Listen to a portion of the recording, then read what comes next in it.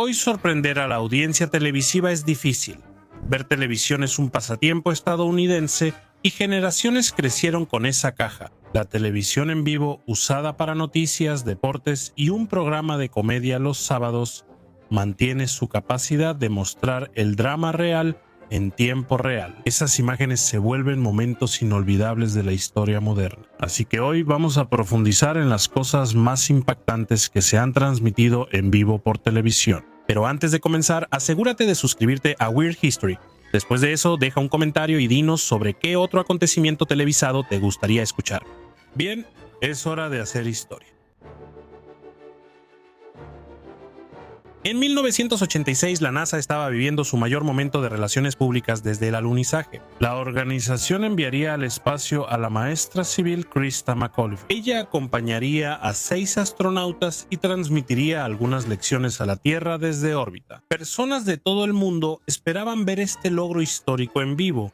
Que alguien común fuera al espacio era un gran avance para la humanidad. Millones vieron por TV cómo el Challenger explotó segundos tras despegar, destruyendo el transbordador y a toda su tripulación, incluida McAuliffe. El desastre apagó el entusiasmo por el programa espacial y es una de las transmisiones en vivo más infames. En 2015, la reportera Allison Parker y el camarógrafo Adam Ward entrevistaban a Vicki Garner, directora de la Cámara de Comercio de Roanoke, Virginia. Un hombre no identificado se acercó y les disparó a ambos. El crimen fue transmitido en vivo. El perpetrador fue Bester Lee Flanagan II, quien solía trabajar como reportero para la filial de CBS en Roanoke antes de ser despedido en 2013 por conducta inapropiada. Flanagan les quitó la vida a Parker y Ward como venganza por lo que él consideraba un maltrato por parte de la empresa de radiodifusión. Vicki Garner, la entrevistada, fue herida en el fuego cruzado, pero sobrevivió. Se desató una persecución, con Flanagan llevando a las autoridades en una persecución de 2 millas antes de sacar su camioneta de la carretera y dispararse fatalmente. Mientras se cometía el crimen televisado, apareció un documento escrito por Flanagan en ABC News. Afirmaba haberse inspirado en actos violentos similares y decía ser víctima de discriminación de sus antiguos empleadores. Se llamaba a sí mismo una bomba de tiempo humana, solo esperando explotar. Christina Chubbuck, presentadora de noticias en Sarasota, Florida, concluyó su emisión el 15 de julio de 1974 diciendo: siguiendo la práctica de WXLT de ofrecer los reportes más inmediatos y completos de noticias locales de sangre y tragedia, TV40 presenta lo que se cree que es una primicia televisiva a todo color, una cobertura exclusiva de un intento. Luego ella sacó una pistola y la usó contra sí misma en vivo al aire. Fuentes cercanas afirman que Chubbuck luchó mucho tiempo contra la depresión y la autolesión e intentó suicidarse en 1974 años antes. La madre de Chubbuck no avisó a WXLT sobre los problemas de su hija por miedo a que despidieran a Christina. Días antes de la transmisión fatal, Chubbuck hizo una fiesta con sus colegas. Craig Sager comentó: ella la estaba pasando muy bien. Fue su fiesta de despedida y su oportunidad de decir adiós, aunque en ese momento no lo entendimos. En 2016, diferentes cineastas estrenaron 2 películas sobre el incidente. Christine y Kate interpreta a Christine. Ambas relatan el deterioro de la condición de Chubbuck en el tiempo previo a la tragedia. Roberto Bott Dwyer fue tesorero de Pensilvania de 1981 a 1987, cuando fue condenado por corrupción tras varios escándalos. El 22 de enero de 1987, un día antes de su sentencia y enfrentando fuertes multas y hasta 55 años de prisión, Dwyer convocó una conferencia de prensa. Pronunció un discurso de 30 minutos proclamando su inocencia y asegurando ser víctima de una conspiración en el Departamento de Justicia para destruir su carrera. Al final de sus comentarios dijo algo inusualmente ominoso: si tienen estómago o mente débiles, retírense para evitar malestar. Adiós a todos. A la cuenta de 3, asegúrense de que mi sacrificio no sea en vano. Luego, Dwyer tomó una pistola de un sobre de Manila y se disparó. El acto fue transmitido en vivo a numerosas estaciones de televisión de Pensilvania, con el secretario de prensa James Horshock suplicando a los camarógrafos que salieran de la sala de inmediato y mostraran un poco de decoro. Aunque lo intentaron, el evento gráfico y perturbador fue grabado por varias fuentes. Los videos grabados se difundieron y los momentos finales de Dwyer se volvieron parte del zeitgeist. El éxito de Filter en 1995, Hey Man, Nice Shot, hace referencia directa al evento. Se sabe que Kurt Cobain veía obsesivamente su video. En 1998, Daniel Quinto Jones, trabajador de mantenimiento VIH positivo en Los Ángeles, detuvo su camioneta en una autopista y mostró una pancarta. Las HMO buscan solo el dinero. Vive libre, ama, seguro o muere. El equipo SWAT llegó con helicópteros de noticias e intentó negociar con Jones sin saber qué haría después o si este enfrentamiento era solo una protesta. Pero entonces, mientras la policía y muchos otros veían en vivo por televisión con asombro, Jones se prendió fuego antes de finalmente quitarse la vida con un arma de fuego. Este último y dramático acto de protesta fue transmitido en vivo por innumerables canales de televisión, incluso interrumpiendo muchos bloques de caricaturas de la tarde. Antes de su último acto, Jones lanzó una cinta a la autopista. Las autoridades hallaron imágenes de Jones explicando sus actos y protestando por el dolor y estigma social tras su diagnóstico de VIH. Jones dijo que la enfermedad afectaba su sistema neurológico y no quería esperar a perder la razón. En 2007, 2 helicópteros chocaron en el cielo de Phoenix, Arizona. 2 helicópteros de diferentes estaciones de noticias. El piloto Craig Smith y el camarógrafo Rick Krolak estaban en el helicóptero del Canal 15, mientras que el piloto Scott Bauerbank y el camarógrafo Jim Cox volaban con el Canal 3. Estaban siguiendo urgentemente una persecución policial mientras sucedía. En sus esfuerzos por mantenerse al tanto de la acción, los 2 pilotos de alguna manera terminaron en la trayectoria del otro, lo que resultó en una colisión en el aire que cobró la vida de los 4 hombres. Después del trágico accidente, las familias de Smith y Bauerbank presentaron demandas por muerte injusta contra todas las partes involucradas, pero todas estas demandas fueron desestimadas. La Junta Nacional de Seguridad en el Transporte concluyó que los pilotos fueron responsables por no verse antes del choque. En 1960, el nacionalista japonés Otoyo Yamaguchi irrumpió en un debate televisado y atacó con un wakizashi al presidente del Partido Socialista, Inigiru Asanuma, antes de ser detenido. Asanuma murió por sus heridas. Minutos después, Yamaguchi llevaba un cuaderno con sus motivos. Decía en parte: aunque no guardo rencor contra usted como individuo por las posturas que ha tomado en su papel como líder del Partido Socialista, no puedo concederle el perdón. Por la presente, me convertiré en el instrumento que haga caer el juicio del cielo sobre usted. Lee Harvey Oswald fue el hombre más odiado de Estados Unidos tras asesinar al presidente John F. Kennedy en 1963 durante un desfile en Dallas. Aunque la famosa película de Zapruder grabó la tragedia histórica, no se transmitió por televisión. El destino de Oswald fue diferente. Mientras lo trasladaban entre prisiones, Jack Rubin, dueño de un club nocturno ligado al crimen organizado, salió de la multitud y le disparó a quemarropa. Mientras las cámaras de noticias grababan, varias fotografías ahora icónicas del tiroteo incluso aparecieron en los periódicos al día siguiente. Es un momento en vivo que daría pie a 1000 teorías de conspiración más, además de las que ya rodeaban la muerte de JFK. ¿Actuó Ruby solo? ¿Estaba operando como agente de la mafia? ¿Cuáles eran sus vínculos con los Kennedy? Probablemente nunca los sabremos. En 1997, 2 hombres asaltaron un Bank of America en North Hollywood, California, armados con un arsenal mientras el mundo veía por televisión. Un tiroteo con la policía dejó 11 oficiales y 7 transeúntes heridos, y los 2 ladrones murieron. El incidente pronto se llamó la Batalla de North Hollywood. Larry Phillips Jr. y Emil Mataserano perpetraron uno de los robos más dramáticos registrados. Durante el enfrentamiento se dispararon unas 2000 balas entre los hombres armados y la policía, mientras las cámaras de noticias grababan.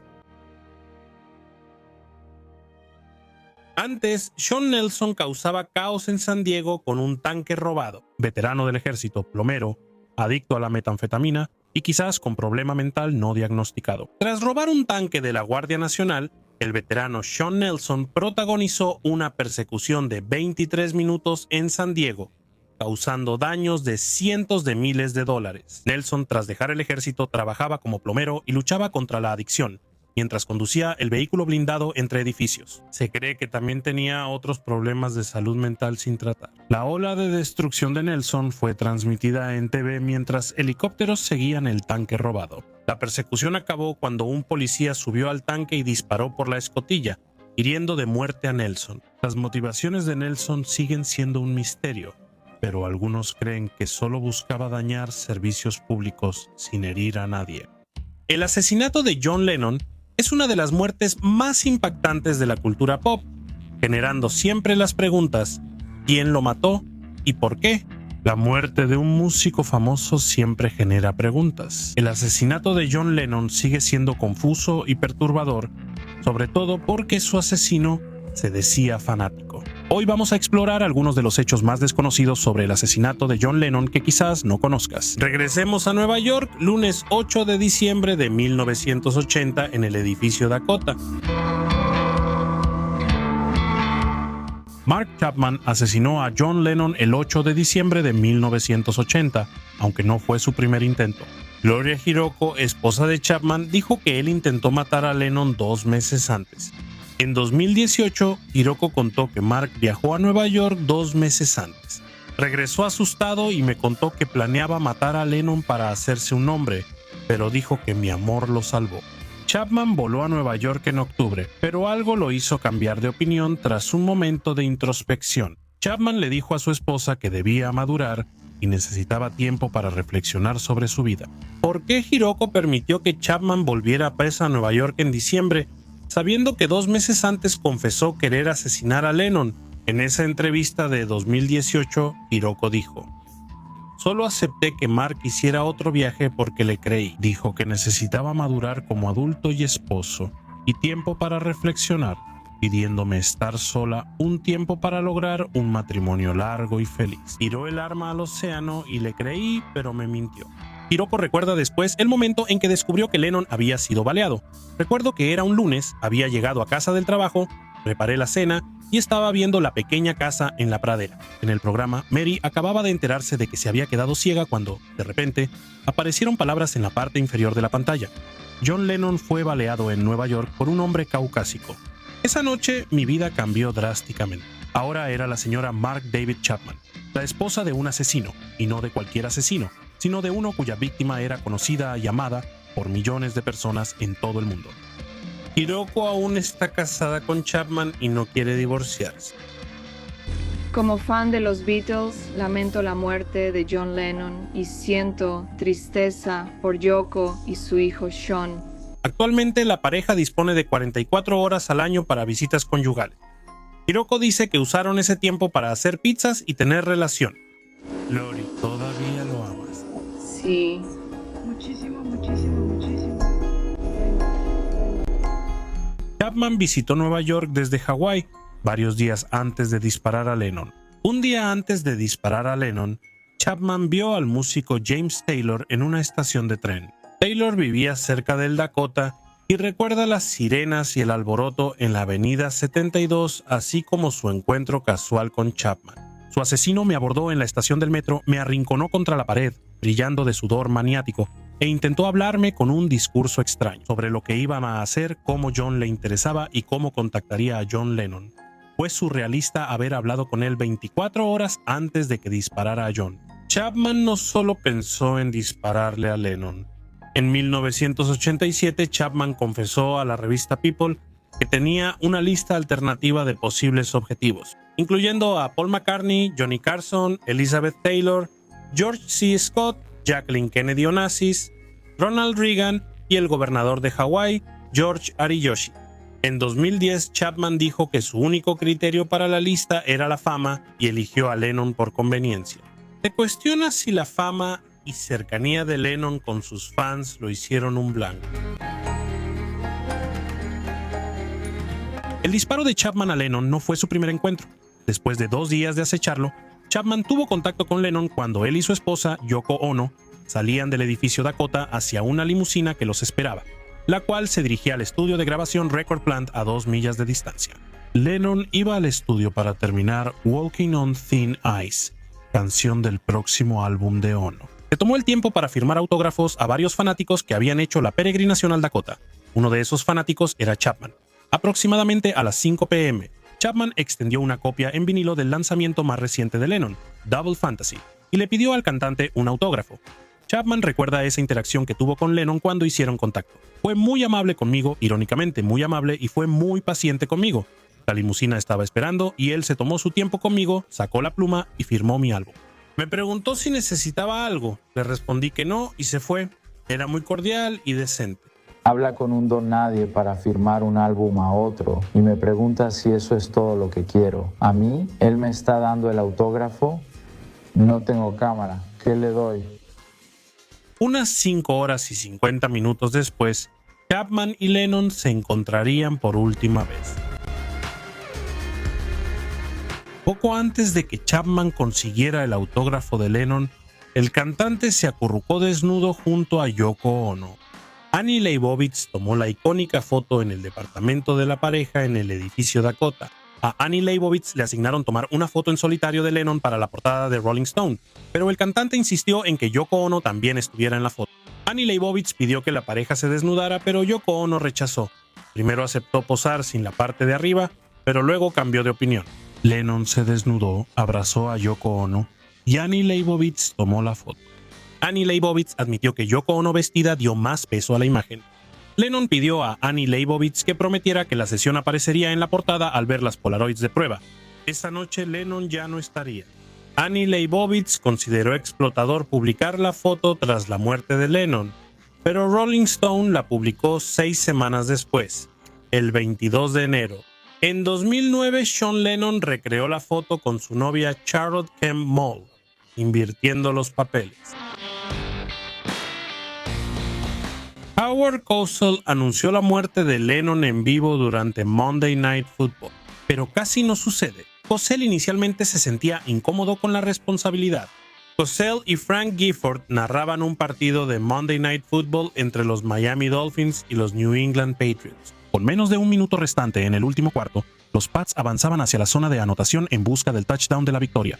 Mientras los Patriots buscaban un gol de campo, Cosell recibió una llamada del presidente de ABC News, Ron Arledge. Arledge dijo que su fuente confirmó el asesinato de Lennon y que la noticia debía anunciarse de inmediato. Cosell dudaba en interrumpir la transmisión, creyendo que un partido de fútbol americano no era el lugar para esa noticia. Gifford, su compañero en la cabina, lo convenció diciéndole que el evento era más importante que el final del partido. Momentos después, Cosell anunció: sí, debemos decirlo, esto solo es un partido de fútbol, no importa quién gane o pierda. Una tragedia indescriptible confirmada por ABC News en la ciudad de Nueva York. John Lennon, afuera de su edificio de apartamentos en el lado oeste de la ciudad de Nueva York, el más famoso, quizás, de todos los Beatles. Le dispararon 2 veces por la espalda y llegó sin vida al Hospital Roosevelt. Volver al juego tras esa noticia es difícil, pero por deber debemos decírselo a Frank. ¿Por qué Chapman le disparó a Lennon? Durante mucho tiempo, Chapman les contó a los investigadores su historia de El guardián entre el centeno. Chapman estaba obsesionado con el libro de J.D. Salinger. Estaba tan obsesionado con la historia, se veía como la encarnación de Holden Caulfield, el protagonista de Salinger. Impulsado por la angustia de El guardián entre el centeno, Chapman creía que Lennon era un farsante, como los que Holden consideraba superficiales e insinceros. Chapman reconoce que no sentía tanta rabia por creer que Lennon pasó de rebelde a celebridad común. En vez de alterarse, objetivamente y con calma, planeó el asesinato de Lennon. Y saqué el revólver 38 de mi bolsillo, me puse en lo que se llama una postura de combate y disparé a su espalda 5 veces de manera constante. El guardián y El guardián entre el centeno tuvo un papel tan importante. En la excusa inicial de Chapman para matar a Lennon, incluso llevó una copia del libro cuando conoció y mató al cantante. Dentro de ese libro, Chapman escribió: para Holden Caulfield de Holden Caulfield, esta es mi declaración. Compró El guardián entre el centeno y lo firmó para Holden Caulfield de Holden Caulfield. Escribió debajo: esta es mi declaración, subrayando y enfatizando esta. Inicialmente, Chapman dijo que mató a Lennon para hacer un punto, para hacer una declaración sobre los farsantes del mundo. En su octava audiencia de libertad condicional en 2014 dijo: Lamento haber sido tan idiota y elegir mal. Encontré paz en Jesús. Lo conozco, me ama, me perdonó y me ha ayudado mucho en mi vida. En su 9ª audiencia de libertad condicional en 2016, admitió que sus actos fueron premeditados, egoístas y malvados. Chapman estaba obsesionado con Lennon y lo disparó por una sola razón. Quería un atajo a la fama, suponiendo correctamente que su nombre sería recordado para siempre. Chapman aclaró que no tenía resentimiento hacia el cantante, solo quería ser reconocido por algo. Un miembro de la Junta de Libertad Condicional una vez le preguntó: «No fue nada personal contra John Lennon, simplemente se trataba de ti y de ganar notoriedad». Chapman respondió: «Absolutamente cierto, nada personal». Chapman luego hizo una declaración para ONU y quizá para los fans de Lennon. No era algo personal contra su esposo, sino por su fama. Si no hubiera sido tan famoso, no le habrían disparado. Esa es la verdad. En 1900, Frank Baum escribió el famoso libro infantil El Mago de Oz. En 1939, Mervyn LeRoy y MGM adaptaron ese clásico literario al cine. El musical obtuvo 6 nominaciones al Oscar, ganando Mejor Canción y Banda Sonora. Judy Garland recibió un premio juvenil honorario. El libro tiene partes más oscuras que la película, como cuando el espantapájaros arrancó la cabeza a más de 100 cuervos que miedo. La adaptación cinematográfica transmite que, incluso en tiempos difíciles, el hogar es lo más importante e invita a superar la adversidad desde el interior. La película fue sumamente popular y se convirtió en un clásico del cine. Incluso hay un parque acuático que lleva el nombre del musical. Hoy en día puedes encontrar muñecos, series derivadas para televisión y varios productos para celebrar la popularidad de esta icónica película. Eso abarca más de 75 años. La película y el libro son muy diferentes. Quienes leyeron el libro pueden no entender cómo la novela se volvió una película tan ligera y divertida. Para empezar, la película dura 1 hora y 41 minutos. El libro es el primero de una serie de 14 libros y, tal como fue escrito, la historia es una alegoría política completa de principios de siglo. En pantalla, la gente disfruta una historia de valores familiares y amistad ante la tragedia. Como en la película, el libro muestra a Dorothy recorriendo el camino de ladrillos amarillos y conociendo gente. Su viaje a una tierra mágica llena de personajes caprichosos es más oscuro y aterrador. ¿Quién no ama al hombre de hojalata cantando, bailando y deseando poder sentir las cosas más profundamente? Sin embargo, el libro muestra un comienzo sangriento para esta maravilla de metal. Nick Chopper, un leñador humano, se enamoró de una sirvienta de la bruja malvada, quien buscaba separarlos. La bruja maldijo su hacha para que la próxima vez que la usara, le cortara las extremidades a Nick. Cada parte de su cuerpo que era cortada se convertía en metal. ¿Por qué le falta el corazón? Porque es la parte de él que la bruja guardó para que nunca pudiera volver a enamorarse. ¿Alguna vez has oído hablar de Bungle, la gata de cristal? Si la buscas en los créditos de la película, no tendrás mucha suerte. La encontrarás en el 7º libro de Bond. Bungle es amiga de Dorothy y su grupo. Sin embargo, la gata, que es translúcida excepto por su cerebro y corazón, es un poco demasiado arrogante para el gusto del mago. Así que el mago le quita el cerebro rosa y lo reemplaza por uno transparente. La motivación es hacerla más agradable, pues la gente la ve por completo. La princesa Languidir es un personaje ignorado, una realeza mimada. Aunque colecciona joyas y tesoros, es famosa por su colección de cabezas que muestra en un gabinete. Cuando la princesa se cansa de una cabeza, la transfiere a un nuevo cuerpo para tener un aspecto completamente diferente. ¿De dónde vienen estas cabezas? Bueno, las roba de doncellas en su reino. Cuando ella y Dorothy se encuentran por primera vez, intenta robarle la cabeza a Dorothy. El espantapájaros es el primer amigo que Dorothy encuentra en el camino de ladrillos amarillos. Ella lo libera de su trabajo en el campo, donde los cuervos lo molestan. El espantapájaros busca venganza porque los cuervos lo enloquecieron. Al quedar libre, se venga arrancando la cabeza a más de 100 cuervos. Dorothy, de pie entre sangre y plumas, no muestra preocupación por el espantapájaros. La película destaca a la bruja malvada del oeste, pero en los libros casi no aparece. El verdadero enemigo es el rey gnomo. ¿Disfruta ver morir lentamente a las personas al convertirlas en objetos inanimados? Eso causa pesadillas.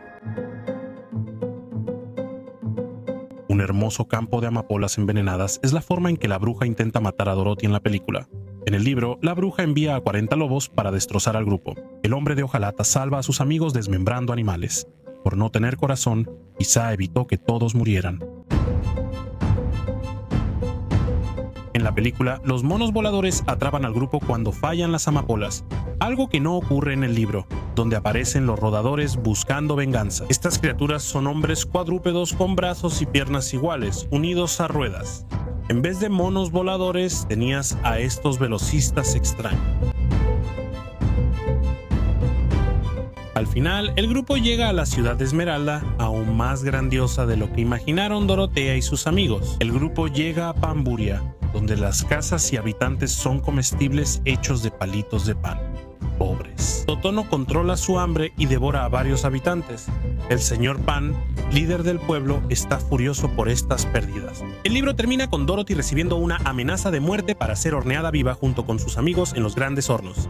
Bueno, estas son solo algunas de las comparaciones entre el libro y la película. La historia original era muy macabra para una película familiar. Por suerte, MGM la suavizó y así se volvió un clásico. Chippendales quizá te recuerde al famoso sketch de Saturday Night Live con Patrick Swayze y Chris Farley o a los Rescue Rangers. Detrás de la imagen divertida del famoso club de striptease masculino hay una historia criminal oscura, llena de celos y asesinatos. Hoy revelaremos la oscura historia de Chippendales. En la década de 1970, el emprendedor en ciernes Chomin Banerjee no tenía nada a su nombre excepto una discoteca fallida en Los Ángeles. Paul Snider, promotor de clubes nocturnos, le propuso abrir el primer club de striptease masculino solo para mujeres. Este cambio en la mirada masculina dio origen a Chippendales, y no hablamos de ardillas.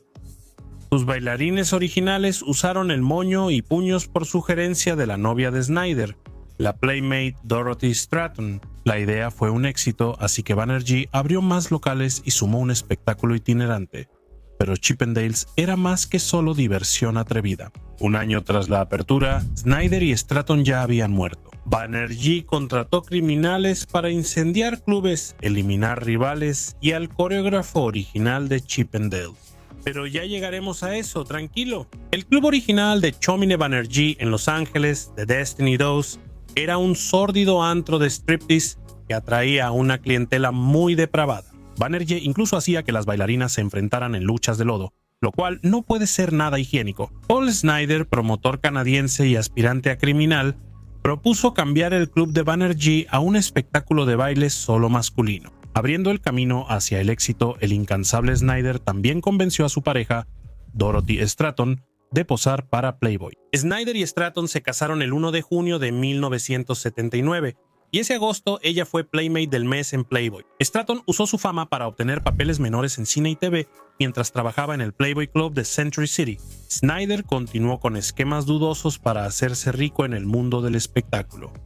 Más tarde, Eric Roberts lo interpretó en Star 80. Si Eric Roberts te interpretaba, era porque hiciste algo mal.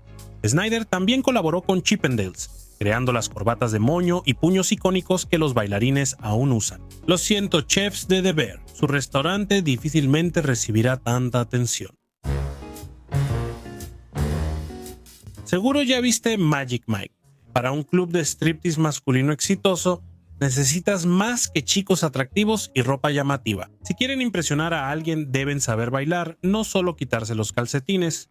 Por eso Banerjee buscó a un gran talento para definir el estilo de sus bailarines. Nick DeNoia fue coreógrafo y dirigió Unicorn Tales, especiales musicales y educativos para niños en NBC, en 1977 y 78, ganando 2 premios Emmy. Por este reconocimiento, DeNoia fue reclutado por Banerjee como coreógrafo original de Chippendale Revue, creando los movimientos icónicos y masculinos del grupo. DeNoia, homosexual en el closet y casado con Jennifer O'Neill, transformó su conflicto interno en alegría en el escenario, haciendo de Chippendales un éxito. Pero las cosas iban a volverse mucho más oscuras.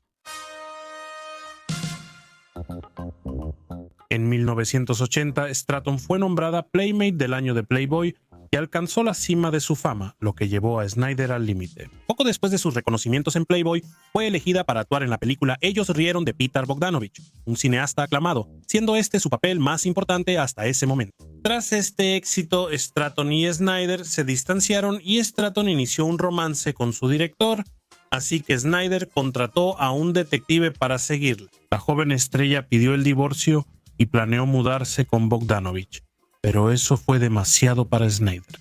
El 14 de agosto de 1980, poco después de separarse y tras cumplir 20 años, Snyder mató a Stratton en su casa en el oeste de Los Ángeles y luego se suicidó.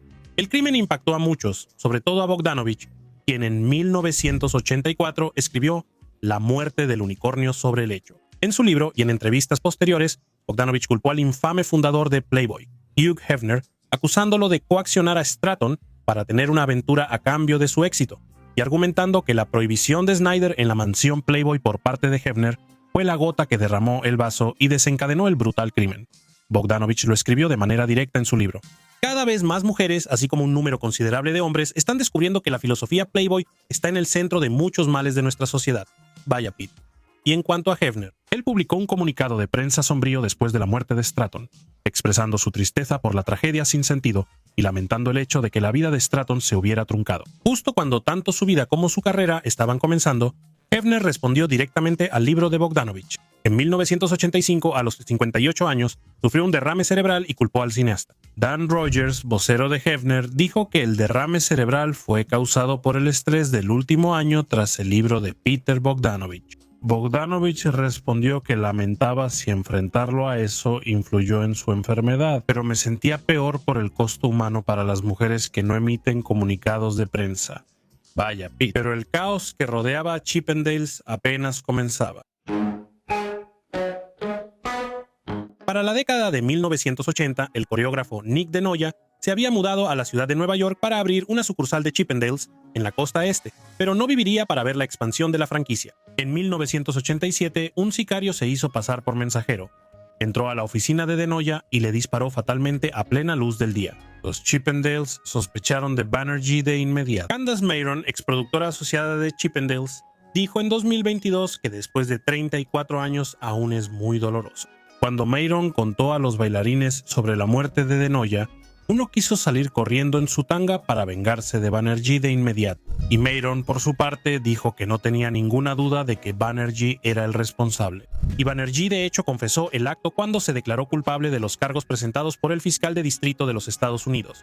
Debido a que este crimen se combinó con el uso de sicarios y pirómanos por parte de Banerjee, el gobierno de los Estados Unidos lo acusó bajo la ley de chantaje, influencia y organizaciones corruptas, o la ley RICO. Como podría haberte enseñado el Caballero Oscuro, esto normalmente se reserva para el crimen organizado de larga duración. Los documentos legales describen el asesinato como un intento de ayudar o vengarse por daños al negocio de Chippendales. ¿Pensabas que los personajes sin éxito eran despiadados? Otro objetivo previsto del asesinato era el socio distanciado de Banerjee, Bruce Nahin, un abogado y productor de cine que por poco escapa de su espantoso destino, cuando una enfermedad familiar le impidió ir a Nueva York a visitar a DeNoia. Aunque Nahin no salió herido, Banerjee fue acusado de intento de asesinato porque los cargos RICO lo ven todo, como el ojo de Sarin. Muéstrame. Banerjee sabía que tenía algo bueno cocinándose con Chippendales, así que cocinaría a quien se interpusiera en su camino, literalmente. Es decir, Banerjee cometió un montón de incendios provocados. Banerjee incendiaba lugares incluso antes del éxito de Chippendales. Empezó pagando para quemar el Club Moody's, reflejando su actitud. El incendio fue en 1978 antes de su éxito. Tras el boom de Chippendales, Banerjee siguió causando explosiones. En 1984 contrató a un incendiario para quemar un club rival llamado Pearl Harbor, lo cual es irónicamente demasiado amargo como para asimilarlo. Banerjee, como buen bailarín exótico, pasó de contratar incendiarios a sicarios subiendo la temperatura. Protegía mucho a sus bailarines y cuando Reed Scott, ex empleado de Chippendales, se unió al club Adonis, Banerjee se enfureció. Banerjee pagó $25,000 a un sicario para eliminar a 3 líderes de Adonis, incluido el coreógrafo y el supuesto traidor Scott Lynn Bressler. Uno de los sicarios se reunió con Banerjee en una casa lujosa en Los Ángeles para recibir una bolsa con una calavera y huesos cruzados, muy sutil. La bolsa tenía cianuro suficiente para matar a 2,300 personas por si los sicarios querían eliminar un pueblo rumbo a Adonis. El trabajo de Gnarly iba a ser en Blackpool, Inglaterra. Antes de que Bressler y su equipo cruzaran el charco, él delató a Banerjee y confesó ante las autoridades de Estados Unidos. Cianuro Banerjee fue acusado por fiscales federales en 1994 y se le negó la fianza tras el testimonio de un testigo que afirmó que pagaría $50,000 a un piloto privado para llevarlo a la India sin pasaporte, donde conseguiría otra esposa e hijos. Muy sutil. Tras meses en prisión, Banerjee aceptó un acuerdo y se declaró culpable. Se esperaba que recibiera 26 años de cárcel, pero a las 4 de la mañana de la audiencia de sentencia, lo hallaron muerto en su celda a los 48 años. Incluso si dejas de lado todos los muchos crímenes, la cultura en Chippendales hacía que Magic Mike pareciera algo común y que el lobo de Wall Street se viera inofensivo. Antes de los incendios y la violencia, Banerjee llenaba su club y recibía muchas citaciones federales por sobrecupo. Un inspector del departamento de bomberos afirmó que Chippendales era el peor infractor en años y que el dueño ponía en riesgo a los clientes al bloquear las salidas de emergencia. Oye, cuando tienes éxito, tienes éxito. Una noche el lugar estaba más lleno que un tanga de billetes, metiendo a 435 personas en un club nocturno con una capacidad máxima de 299, multiplicado por los cuadritos, que son demasiados abdominales. Los primeros bailarines de Chippendales sabían de las vibras poco ortodoxas y pensaban que el club cerraría pronto. A los hombres rara vez se les permitía entrar al club, y Banerjee perdió la licencia de alcohol tras una queja por discriminación sexual. Las mujeres que venían podían portarse mal solas y traían tijeras para cortar los tangas de los bailarines. Miguel Rapp, miembro original, contó que al inicio pensaban que podían cerrarles en cualquier momento y que sería solo una moda pasajera. Rapp prometió a sus hermanos y compañeros que disfrutarían al máximo mientras pudieran. Ese lema de divertirse sigue vigente entre los bailarines del club hoy en día. Terry Lenley, bailarín de Chippendales, estaba de gira en Bélgica. Tras una amenaza de bomba en el teatro, cancelaron el show y los bailarines evacuaron al autobús. Pero los fans y poseedores de boletos, aún insatisfechos, rodearon el autobús y aplaudieron. ¿Qué hicieron Lenley y sus bailarines? Bailaron en el techo del autobús para sus seguidores. Porque incluso con amenazas de bomba, incendios y crímenes atroces, el espectáculo debe continuar. La gente suele reflexionar sobre todos sus errores y arrepentimientos cuando está a punto de dejar este mundo mortal. Algunos quisieran haber estado más con su familia y viajar más y trabajar menos. Pero otros confiesan crímenes que a menudo van de la mano con una última comida y electricidad gratis de por vida. Se habrían salido con la suya de no ser por su conciencia. Hoy veremos las confesiones en el lecho de muerte más impactantes de la historia. Escucha con atención, no tenemos mucho tiempo.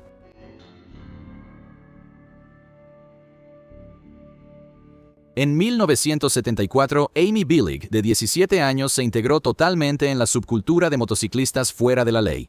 Era rudo, bullicioso y genial. Cuando desapareció el 4 de marzo de 1974, su familia creyó que su obsesión estaba relacionada. Amy Billig llegó de la escuela, se cambió y salió en camioneta a ver a su papá en el trabajo, pero nunca llegó. La búsqueda de la joven fue extensa, con toda la devastada comunidad de Coconut Grove, Florida, participando en la investigación. Solo se halló la cámara de Amy junto a una autopista. No hubo más pistas ni se supo su paradero. Una pista indicó que Amy fue llevada por miembros de los Pagans a los Everglades. Paul Branch, un ex ejecutor de los Pagans, admitió que recogió a Billing, la llevó a una fiesta donde supuestamente tuvo una sobredosis y se deshizo de su cuerpo, en los Everglades. Branch confesó esto a su esposa en su lecho de muerte en 1998, para que los caimanes que vivían ahí se encargaran. Los Pagans, desde entonces, han negado toda participación o mala conducta, y la familia de Billig permaneció sin convencerse por la versión de los hechos de Branch. Guillermo Desmond Taylor fue un destacado director y actor del cine mudo a inicios de 1900, como un Clint Eastwood de otra época. Cuando Taylor fue asesinado, el 1 de febrero de 1922, Hollywood y sus fanáticos quedaron sorprendidos y tristes, iniciando una investigación destacada a inicios del siglo XX. Sin testigos, los investigadores tenían pocas pistas. Al registrar la casa y ver que no faltaban objetos de valor, descartaron el robo y pensaron que fue un crimen pasional. Nadie sospechaba de Margaret Gibson, exactriz y colega de Taylor. Como la investigación se enfocó en colaboradores y amantes despechados, Gibson ni figuró entre los sospechosos. En sus últimos momentos, Gibson pidió un sacerdote y confesó ser responsable del acto final de Taylor. En ese momento, Gibson usaba el alias Pat Lewis y tenía una historia turbulenta en Hollywood. Así que su confesión en el hecho de muerte, que no incluía ningún motivo ni nada que la vinculara con el incidente, fue recibida con escepticismo. A pesar de la admisión, el caso sigue considerándose sin resolver hasta el día de hoy. Avistamientos del monstruo del lago Ness se habían reportado en el lago Ness desde el siglo VI, pero no fue sino hasta la década de 1930 que surgieron algunas pruebas reales y concretas. Monstruo del lago Ness. La fiebre realmente había comenzado a despegar alrededor de 1933, lo que provocó un aumento en el turismo y un renovado interés en el misterio del lago. El coronel Roberto Wilson se unió al espectáculo en 1934. Durante un paseo junto a la esclusa, Wilson dijo que vio algo nadando. Lo observó de cerca y tomó una foto. No quiso crédito por la foto. La imagen de Wilson fue acreditada como la foto del cirujano, y durante décadas se creyó que era la única prueba fotográfica de la existencia del monstruo. ¿Seguro viste esta foto alguna vez? Lo curioso de lo inexplicable es que siempre alguien intenta explicarlo. En 1984, Stuart Campbell analizó la imagen y concluyó que lo del agua no medía más de 2 o 3 pies y seguramente tenía una explicación simple. Campbell y otros escépticos acertaron sobre el fraude, pero se equivocaron en los métodos. Cuando él tenía más de 90 años y estaba por morir, Christian Sperling admitió haber participado en el engaño de la foto del cirujano junto con Wilson y su padrastro, Marmaduke Wetherell, obsesionado con el lago Ness. En realidad, el enorme monstruo prehistórico Nessie que aparece en la foto no era más que un cuello de madera de 30 centímetros sobre un submarino de juguete sumergido en una bañera. La foto fue entregada a Wilson, quien pudo usar su credibilidad para presentar la foto como un hecho.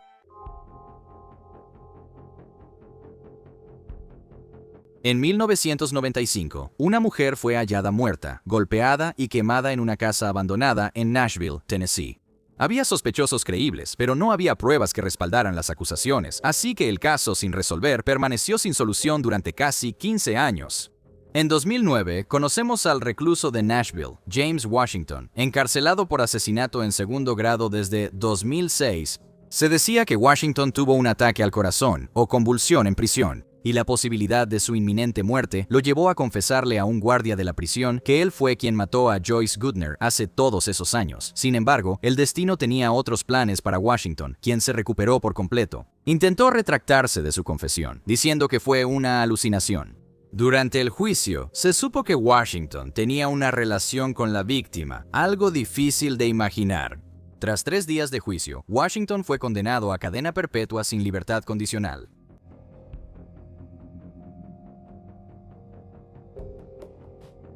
John Walsh se volvió defensor de la justicia tras el asesinato de su hijo, antes de presentar Los Más Buscados de América.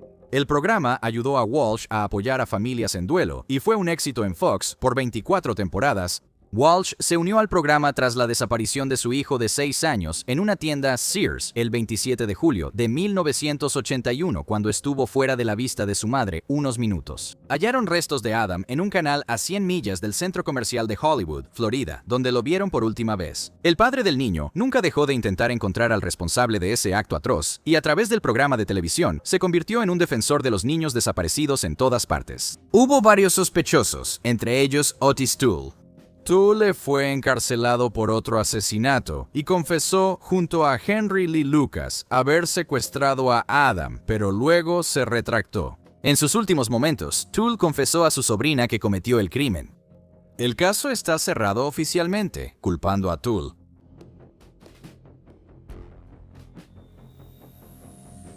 Cuando hallaron el cuerpo de Joan Harrison en un garaje en 1975, se pensó que era otra víctima del destripador de Yorkshire, quien aterrorizaba a Inglaterra entonces. Peter Sutcliffe, conocido como el Destripador, asesinó a 13 mujeres entre 1976 y 1981, pero no fue responsable de Joan Harrison. Varias décadas después, el delincuente sexual convicto Christopher Smith fue arrestado por conducir bajo la influencia del alcohol. Se recolectó su ADN y más tarde se descubrió que coincidía con el ADN encontrado en el cuerpo de Harrison. Tras la muerte de Smith, las autoridades hallaron una carta donde confesaba el crimen de forma indirecta. Smith escribió que quería aclarar las cosas y que no soportaba más la culpa tras 20 años. También pidió disculpas a quienes lastimó actuando compulsivamente. La nota se confirmó como confesión solo tras vincular el ADN a Smith.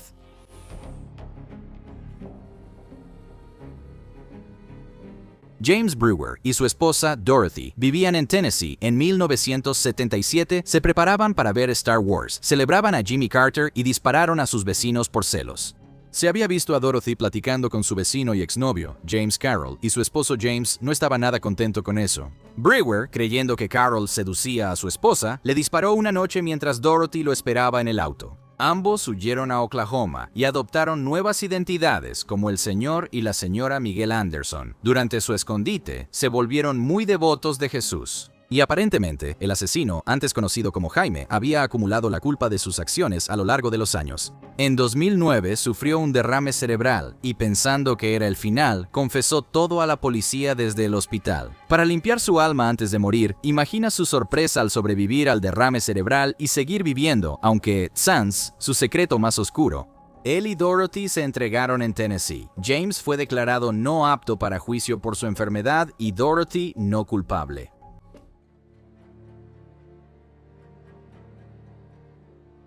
Maria Radolph y su vecina Kathy Sigman jugaban en la nieve la noche del 3 de diciembre de 1957 cuando se les acercó un joven de unos 20 años. Kathy fue por una muñeca a su casa y al volver, María y el hombre mayor habían desaparecido. Así inició el caso sin resolver más antiguo del país. La ciudad de Sycamore, Illinois, buscó por todas partes a la niña o al agresor, sin éxito. Durante varios meses no hubo información hasta que los restos óseos de María fueron encontrados en la cercana Galena. Nadie fue acusado durante décadas. En 2008, Janet Tessier hizo una gran revelación a la Policía Estatal de Illinois. No solo Juan fue responsable, también su madre lo encubrió. Eileen Tessier mintió a la policía diciendo que su hijo estaba en una base militar, lejos de ahí. En su lecho de muerte en 1994, confesó que mintió para protegerlo. John, entonces oficial de policía en Seattle bajo el nombre Jack McCulloch, fue arrestado y condenado a cadena perpetua en 2012. Una llamada por cobrar durante el asesinato ubicó a Tessier en otra ciudad. En 2017, un juez lo declaró inocente. ¿Qué aprendimos aquí hoy?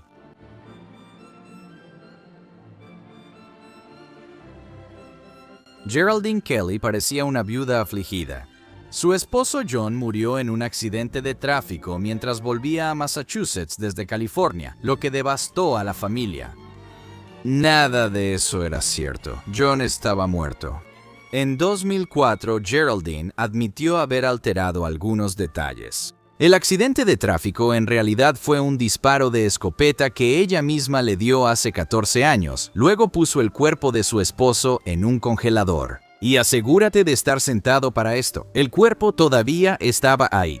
Kelly, de 54 años, perdía su lucha contra el cáncer y buscaba enfrentar el final en paz. En los 90, Geraldine mandó los restos de su esposo a Massachusetts, donde estuvieron hasta que las autoridades registraron la casa gracias a su aviso. Encontraron los restos de John en un congelador desenchufado sellado con cinta. Aunque no se sabe el motivo, resolvieron el misterio del congelador roto, que mamá nunca tiró. El 28 de enero de 1986, 73 segundos tras despegar de Cabo Cañaveral, Florida, el transbordador Challenger explotó en vivo por televisión. La bola de fuego cayó y desapareció en el océano. La pérdida del Challenger y su tripulación, Francis Dix Covey, Mike Smith, Judy Resnick, Ellison Onizuka, Ron McNair, Greg Jarvis y Kristen McAuliffe, impactó al país y marcó a una generación de estadounidenses. Hoy vamos a echar un vistazo a algunos datos impactantes sobre el desastre del transbordador Challenger. Construido en 1975 como vehículo de prueba para el programa del transbordador espacial, el Challenger se transformó en nave espacial en 1979. Fue lanzado por primera vez en 1983 para la misión que implicaría la primera caminata espacial del programa. Esa no sería la última vez que el Challenger participaría en un evento pionero. Fue el transbordador que llevó a Sally Ride, primera astronauta estadounidense, y a Gillian Bluford, primer astronauta afroamericano. El vuelo del Challenger sería histórico por la presencia de Krista McAuliffe, de 37 años, aunque normalmente era solo una maestra de estudios sociales de la preparatoria Concord en New Hampshire. Krista McAuliffe había sido seleccionada por el programa Maestro en el Espacio de la NASA para ser la primera educadora en el espacio.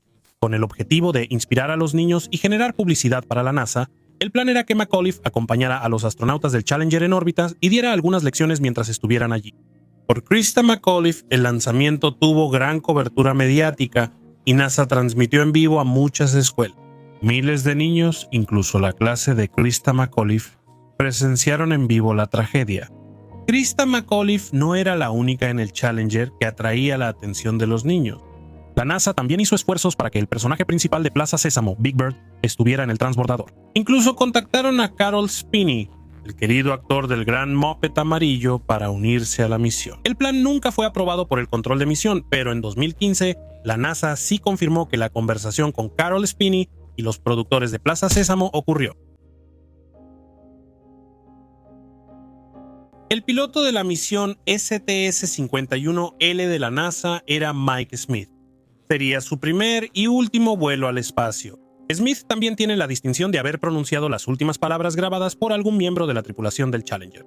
Antes de la explosión, la grabadora del transbordador captó a Smith diciendo "UO", mostrando que alguien de la tripulación notó un problema.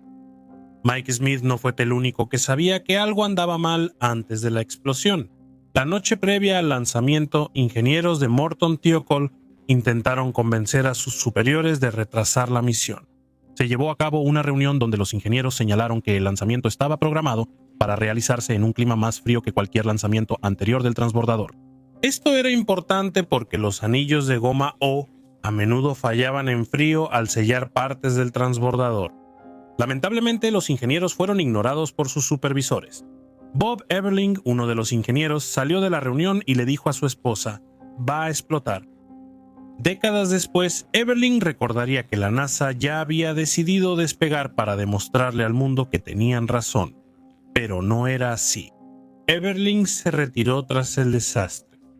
Décadas después, le dijo a los medios que su decisión de seguir adelante con los planes después de que lo desautorizaran lo persiguió por el resto de su vida.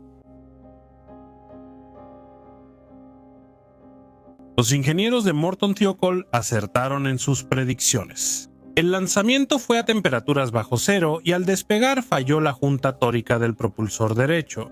El gas caliente salió del cohete y vaporizó el material que unía el propulsor al tanque del transbordador. Esto generó una mezcla mortal de oxígeno líquido y gas hidrógeno, y a 46,000 pies la combinación se encendió, convirtiendo el tanque de combustible del Challenger en una enorme bola de fuego. Los propulsores auxiliares siguieron impulsando el transbordador sin verse afectado.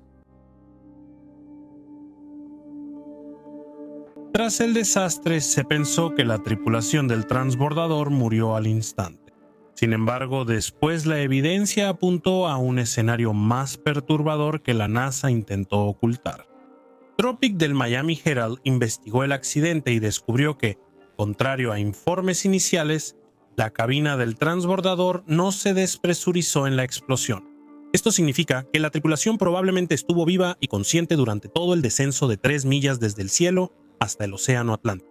Esta conclusión está respaldada por el hecho de que varios de los astronautas tuvieron tiempo de activar manualmente sus paquetes personales de aire de emergencia. Aunque los viajes espaciales son muy peligrosos, antes del desastre del Challenger, la NASA no había perdido astronautas en vuelo.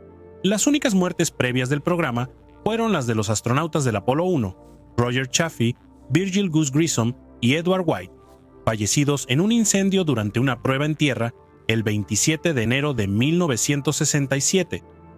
El 28 de enero no solo era el día en que el Challenger debía despegar, también era la fecha programada para el discurso del Estado de la Unión del presidente Ronald Reagan.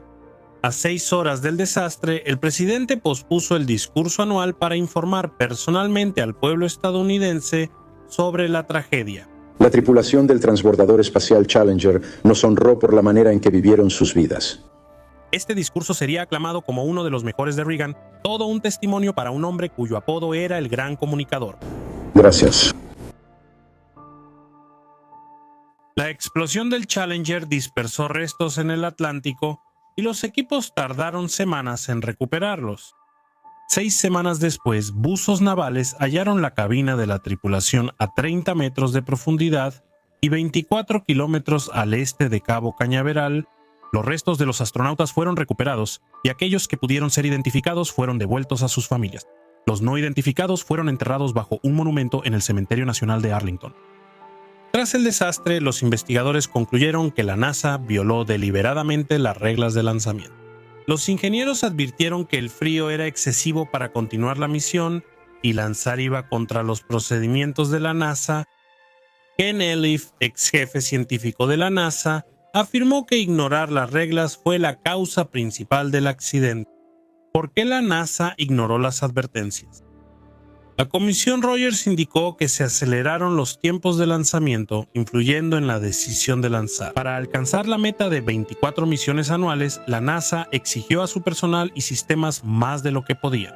El aumento de lanzamientos buscaba asegurar la supervivencia del transbordador espacial, cumpliendo su objetivo de ser un vehículo único para las crecientes necesidades comerciales, científicas y militares del país. La explosión del Challenger fue noticia mundial y rápidamente surgieron llamados para detener el programa. Esta suspensión duraría 3 años, durante los cuales la NASA trabajó para implementar las recomendaciones de seguridad de un panel presidencial llamado la Comisión Rogers.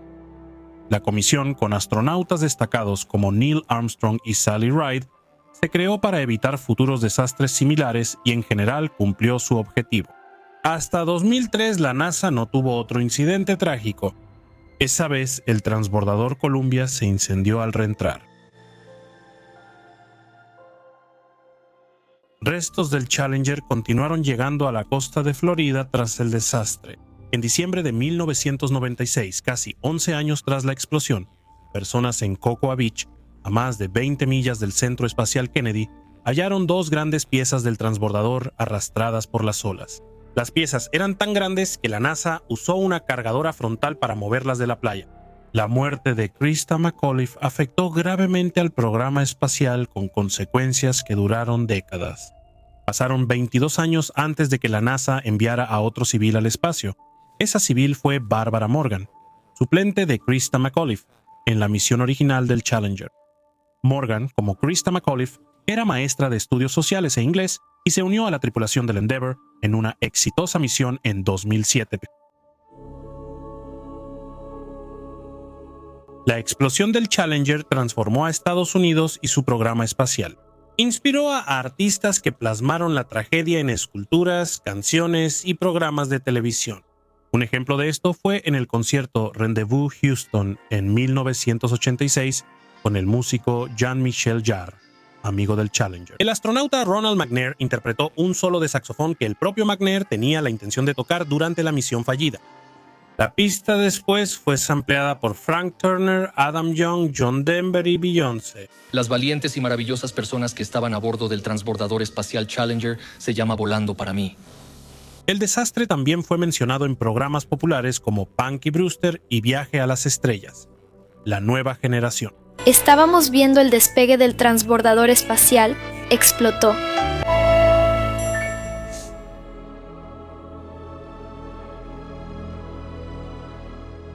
En el momento de su destrucción, el Challenger llevaba más que astronautas y equipo científico. También llevaba un balón de fútbol. El miembro de la tripulación, Ellison Onizuka, había llevado con él un balón de fútbol que alguna vez fue usado por el equipo de fútbol de la preparatoria de su hija Janelle. El balón de fútbol fue recuperado intacto de los restos del transbordador. Fue devuelto a la hija de Onizuka, quien permitió que se exhibiera como un memorial en la preparatoria Clear Lake. 30 años después, Shane Kimbrough, astronauta con una hija en Clear Lake, pidió a la escuela llevarse el balón con él. En una misión a la Estación Espacial Internacional, La escuela accedió. Y en febrero de 2017, Kimbrough publicó en Twitter una emotiva foto desde la Estación Espacial Internacional que mostraba el balón de fútbol de Onizuka flotando en gravedad cero. Si alguna vez usaste un lápiz labial brillante, sabes el poder de ese pequeño tubo. La mayoría desconoce que este cosmético tiene una historia larga y fascinante, marcada por poder, crímenes y la liberación femenina. El lápiz labial existe desde hace miles de años, cuando se elaboraba con gemas trituradas y plomo. Hoy exploraremos la historia del lápiz labial. Como quizá recuerdes de videos anteriores, Primera Isabel. Primera estaba literalmente obsesionada con unos labios rojos intensos. La reina cubría sus labios con una capa de pintura labial de más de 1 centímetro de grosor. ¿Escuchaste bien? Más de 1 centímetro. Probablemente el labial seguía en sus labios tras cenar. No. Isabel, la reina virgen, pensaba que el lápiz labial la protegía de la muerte por sus poderes curativos. El lápiz labial de Isabel tenía plomo blanco, lo que la envenenó lentamente. Al menos lucía elegante en su funeral. El característico color carmesí de la reina incluía otros ingredientes menos letales, como claras de huevo y leche de higo. Muchos estudiosos, y probablemente Kylie Jenner, le atribuyen a la reina Isabel la invención del lápiz labial. El delineador de labios de la reina era de alabastro y tinte, secado al sol antes de usarse.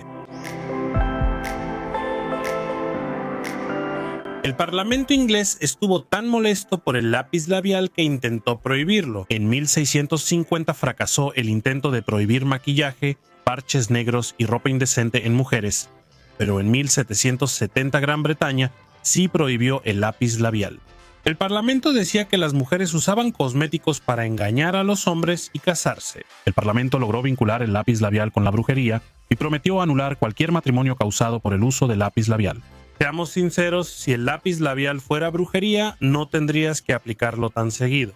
Todas las mujeres, sin importar edad, rango, profesión o grado, ya sean vírgenes, doncellas o viudas, que a partir de dicho acto engañen, seduzcan y lleven al matrimonio a cualquiera de los súbditos de su majestad, con perfumes, pinturas, cosméticos, dientes y cabello postizos, lana española, corsés, aros, tacones o caderas acolchonadas. Incurrirán en la pena establecida por la ley vigente contra la brujería y delitos similares, y sus matrimonios, al ser condenadas, serán nulos y sin efecto. Si te casas y luego cambias de opinión tras ver a la mujer sin maquillaje ni tacones, no creemos que sea culpa de ella. Solo es una opinión estadounidense y lógica. Sin embargo, el Parlamento británico en 1770 no estuvo de acuerdo.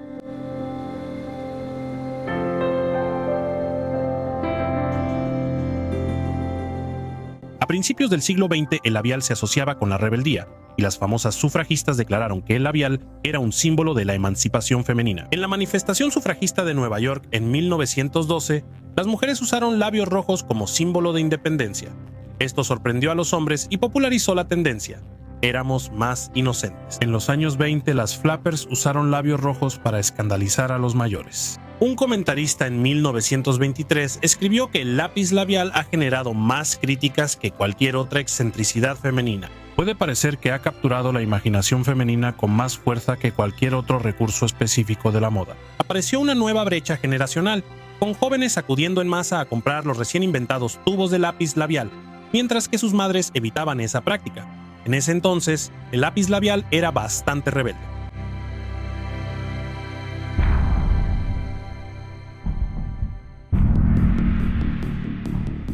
El lápiz labial rojo brillante volvió a estar de moda durante la Segunda Guerra Mundial por una razón sorprendente. Aunque no lo creas, Adolfo Hitler también supuestamente odiaba el lápiz labial rojo. En los años 40, las mujeres llenaron fábricas y campos de batalla usando lápiz labial rojo como símbolo patriótico y valiente. Los marines hicieron obligatorio un lápiz labial para las marines femeninas. El llamado rojo Montezuma representaba la bandera estadounidense y simbolizaba la fuerza.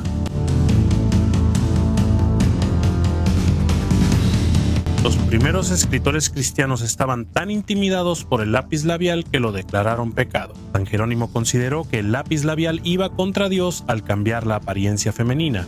San Cipriano también condenó el uso de cosméticos en mujeres. Se debe advertir a todas las mujeres que la obra de Dios y su imagen no deben falsificarse. Al usar colorante amarillo, polvo negro, rubor o cualquier cosmético que altere los rasgos, intentan rehacer y transformar la obra de Dios poniendo sus manos sobre él, sin saber que todo lo que llega a existir es obra de Dios, que todo lo que se cambia es obra del diablo.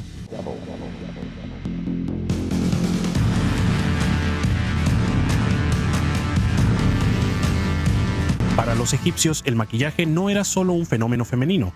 Tanto los hombres como las mujeres egipcias usaban color en los labios, incluyendo opciones atrevidas como labios naranjas, azules y magenta. Eso es alta moda. Los egipcios usaban un palo mojado para aplicar color de labios, y los ricos eran enterrados con al menos 2 frascos de ese color. Cleopatra mandaba hacer labiales únicos con ingredientes raros. Su característico labial rojo se creaba a partir de insectos triturados. Otros ingredientes incluían flores, pescado, escamas y ocre rojo. Prepárate, Marco Antonio, y asegúrate de aguantar la respiración. El labial existe desde tiempos antiguos, como en la época de la reina Shabat en Sumeria, quien usaba labios pintados con plomo blanco y piedras rojas. El labial rojo moderno de la reina no fue su único aporte histórico. Al descubrir la tumba de Shabat en Ur en los años 1920, los expertos se sorprendieron por la riqueza en el espacio funerario de la reina. La tumba también contenía los esqueletos de 23 sirvientas que fueron sacrificadas con el único propósito de ser enterradas junto a la reina. Así podrían ser sus sirvientas en la próxima vida. Luego, las tumbas reales sumerias tenían pinturas labiales para la otra vida, guardadas en conchas. Quizá quería dar el lápiz labial a sus sirvientas asesinadas en otra vida, o tal vez es Maybelline.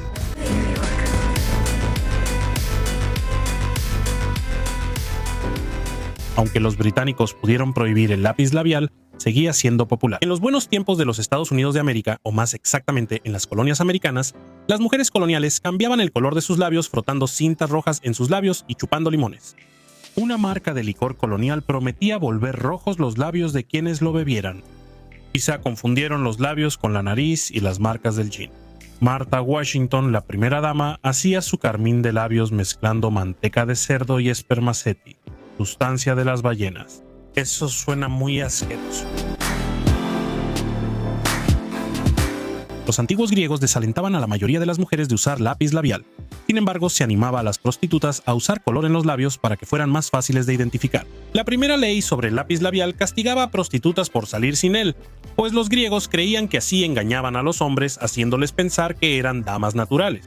Esto prueba que desde hace milenios el lápiz labial se asoció con la sexualidad y se utilizó para oprimir a las mujeres. La pintura de labios griega llevaba estiércol de cocodrilo, sudor de oveja y tinte rojo. ¿Era necesario usar estiércol de cocodrilo? Aparentemente sí.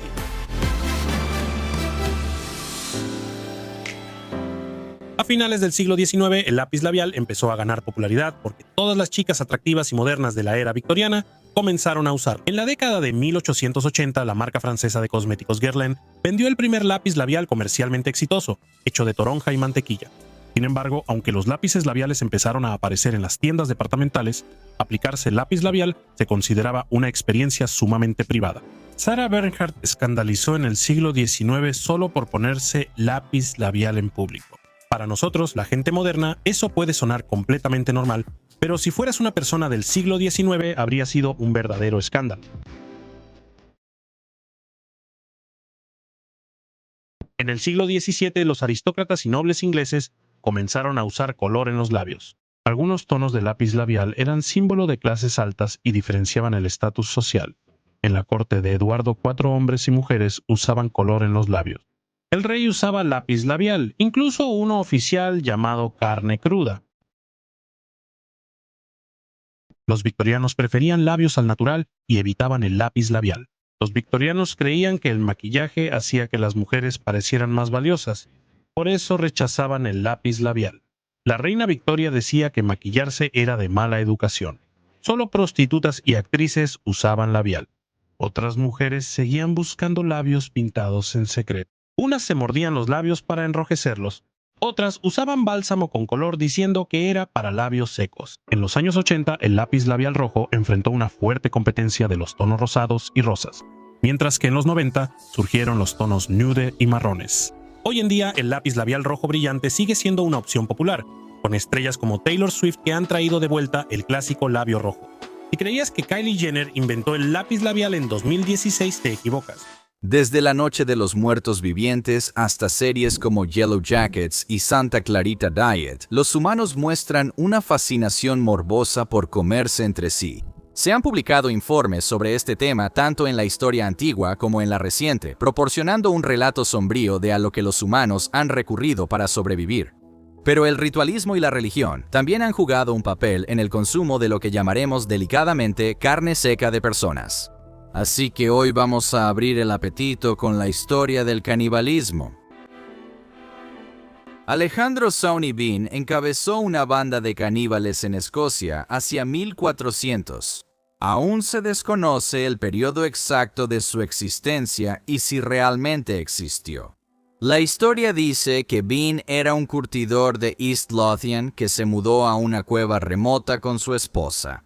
Vivían de la tierra y estaban aislados hasta que llegaron viajeros. Los Bean, respondiendo como cualquier pareja hospitalaria lo haría, mataron a los viajeros y los robaron de inmediato para ocultar su vil acto. Supuestamente, los Bean se comieron la prueba.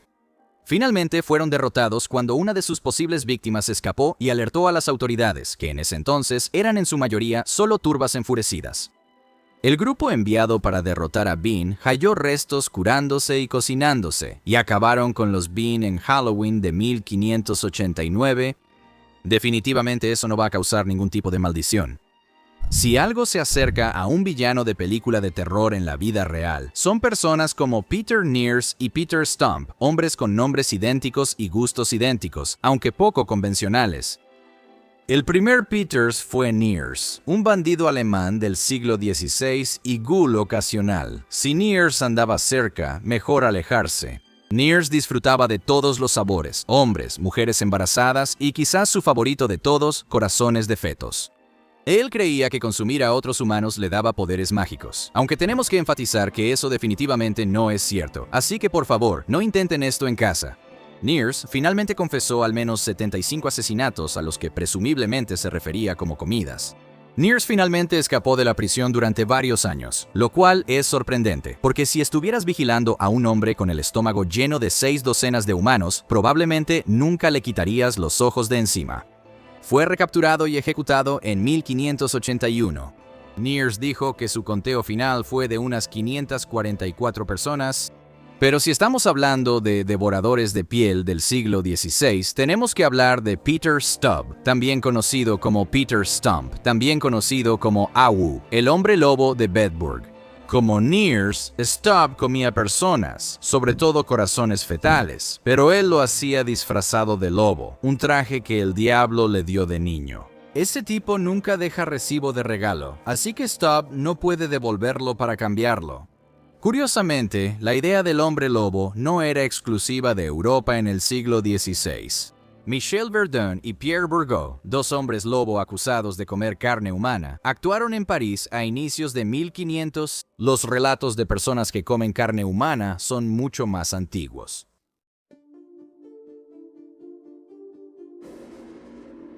Flavio Josefo, sacerdote e historiador judío, escribió numerosas obras, entre ellas un relato de la Primera Guerra Romano-Judía, 66 a 73 después de Cristo, en el libro 6 de La Guerra de los Judíos. Flavio Josefo cuenta la historia de María de Betesab, quien quedó atrapada en una Jerusalén sitiada. Con la miseria y el hambre apoderándose de la ciudad, María recurrió a comerse a su propio bebé.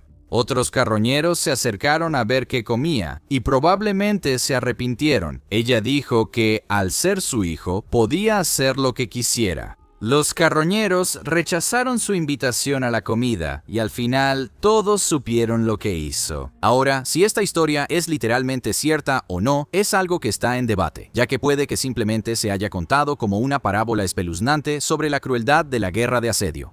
En el siglo II a.C., Roma y las tribus de Hispania, actual España, estuvieron en guerra durante décadas. Escipión Emiliano, comandante romano, se cansó de la situación y fue a Hispania a darles una lección, sitiando sus asentamientos. Las condiciones de rendición de Scipión eran irrazonables, por lo que eliminó a Averis y sus seguidores. Los Numanitas perdieron a su líder, comida y recursos para sobrevivir. Al inicio hervían pieles viejas, pero al dejar de funcionar, comenzaron a hervir a sus muertos. Cuando eso dejó de funcionar, el apetito se inclinó hacia cortes más selectos. Los Numanitas se rindieron, pero la tribu quedó diezmada por las condiciones extremas. Avancemos varios siglos hasta la dinastía Tang en China, que enfrentó una brutal batalla contra el ejército rebelde de An Lushan. En el año 755 después de Cristo, después de 2 años de lucha, las fuerzas chinas, con 7.000 hombres, defendieron Suyang contra un ejército de más de 100.000. Como la película 300 pero multiplicado por unas 23 veces, el asedio comenzó en enero, pero duró hasta bien entrado agosto, con bajas considerables en cada etapa del conflicto. Al llegar los refuerzos, vieron que los ciudadanos habían recurrido a comer mujeres, ancianos y niños para sobrevivir. Cuando los rebeldes llegaron a las murallas de la ciudad, afirmaron que solo 400 de los 20.000 civiles seguían vivos después de la caída de la ciudad. El líder Shang Tsung, quien presuntamente ordenó comerse a todos, fue eliminado.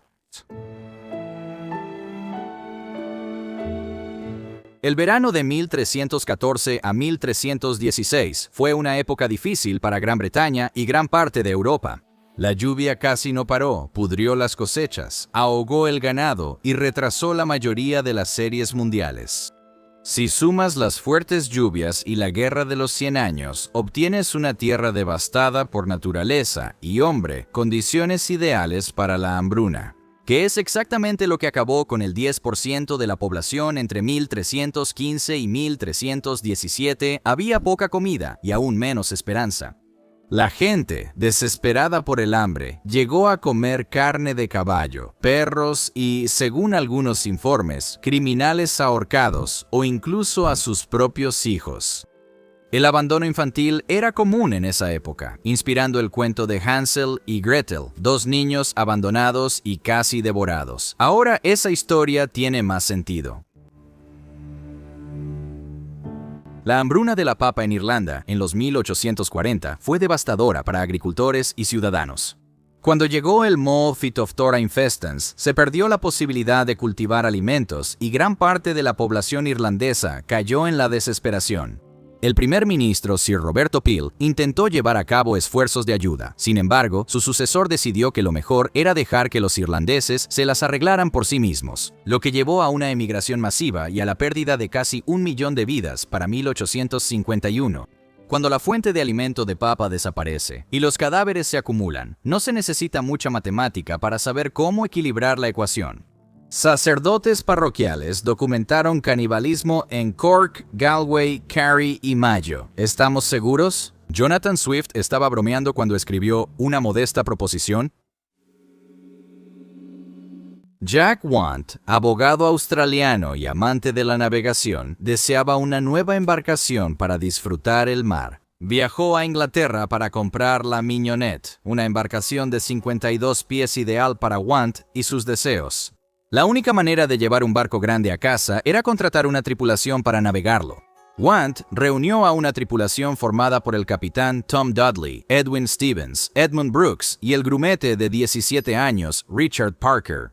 Quizá le decían Parker el Delicioso. En 1884, tras un viaje, una ola volcó el Mignonette y la tripulación tuvo que abandonarlo. Solo llevaban provisiones mínimas, sin agua y 2 latas de nabos. Parker enfermó tras beber agua salada y su orina con él. Como era poco probable que sobreviviera y sin familiares directos, los demás decidieron matarlo y comerse sus restos. Esa terrible decisión mantuvo viva a la tripulación 9 días, hasta el rescate. Los sobrevivientes regresaron a Inglaterra. Dudley y Stevens fueron condenados por asesinato y estuvieron 6 meses en prisión. Su caso legal, Regina contra la reina Victoria. Dudley y Stevens estableció que la necesidad extrema no justifica matar a alguien. Los registros prehistóricos son pocos, como indica el término prehistórico. Sin embargo, los artefactos desenterrados en varios sitios antropológicos a lo largo de los años cuentan sus propias historias y algunas de ellas son algo escalofriantes. En 2001, una excavación en la cueva de Alveston en South Gloucestershire, Inglaterra, reveló lo que se cree que es una evidencia de 2000 años de antigüedad, lo que sugiere que definitivamente ocurrió el canibalismo. Se encontraron pruebas similares en la cueva de Gough en Somerset, que datan de hace aproximadamente 15.000 años. Los huesos en la cueva no solo eran de humanos, sino que contenían evidencia de haber sido asesinados violentamente, con la médula prácticamente raspada de los fémures quebrados. Debes obtener hasta la última gota. Es lógico concluir que los primeros humanos practicaban el canibalismo, tal vez ritual, en la Edad de Hierro. Según la región, los romanos llegaron a Britania y reportaron casos similares entre los celtas de ahí. Julio César visitó Britania en 55 y 54 a.C., donde describió rituales de sacrificio de los druidas. Pero no dice que alguien fuera devorado. Plinio el Viejo, escritor del primer siglo, afirmó que los druidas creían que consumir a una persona era un acto de gran devoción que garantizaba las mayores bendiciones de salud. Así que no aceptes ninguna invitación a cenar de un druida. Entonces, ¿qué piensas?